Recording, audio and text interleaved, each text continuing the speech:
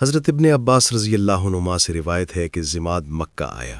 وہ قبیلہ ازد شنوا سے تھا اور آسیب کا دم کیا کرتا تھا، جسے لوگ ریح کہتے تھے، یعنی ایسی ہوا جو نظر نہیں آتی، اثر کرتی ہے۔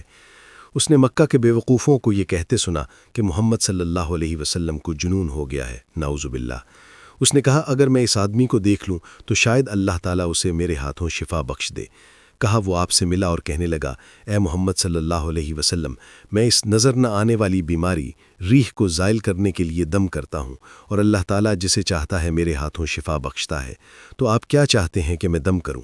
رسول اللہ صلی اللہ علیہ وسلم نے جواب میں کہا، ان الحمد للہ نحمدہ ونستعینہ من یہدہ اللہ فلا مضل لہ ومن یضلل فلا ہادی لہ واشہد ان لا الہ الا اللہ وحدہ لا شریک لہ وان محمدًا عبدہ ورسولہ اما بعد۔ یقیناً تمام حمد اللہ کے لیے ہے، ہم اسی کی حمد کرتے ہیں اور اسی سے مدد مانگتے ہیں۔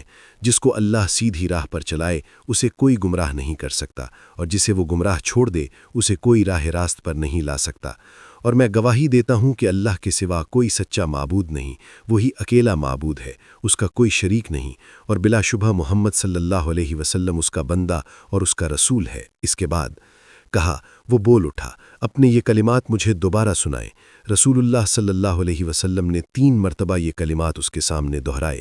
اس پر اس نے کہا، میں نے کاہنوں، جادوگروں اور شاعروں سب کے قول سنے ہیں، میں نے آپ کی ان کلمات جیسا کوئی کلمہ کبھی نہیں سنا، یہ تو بحر کی تہہ تک پہنچ گئے ہیں۔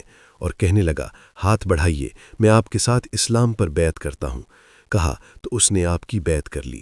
رسول اللہ صلی اللہ علیہ وسلم نے فرمایا، اور تیری طرف سے تیری قوم کے اسلام پر بھی تیری بیعت لیتا ہوں۔ اس نے کہا، اپنی قوم کے اسلام پر بھی بیعت کرتا ہوں۔ اس کے بعد آپ نے ایک سریہ چھوٹا لشکر بھیجا، وہ ان کی قوم کے پاس سے گزرے تو امیر لشکر نے لشکر سے پوچھا، کیا تم نے ان لوگوں سے کوئی چیز لی ہے؟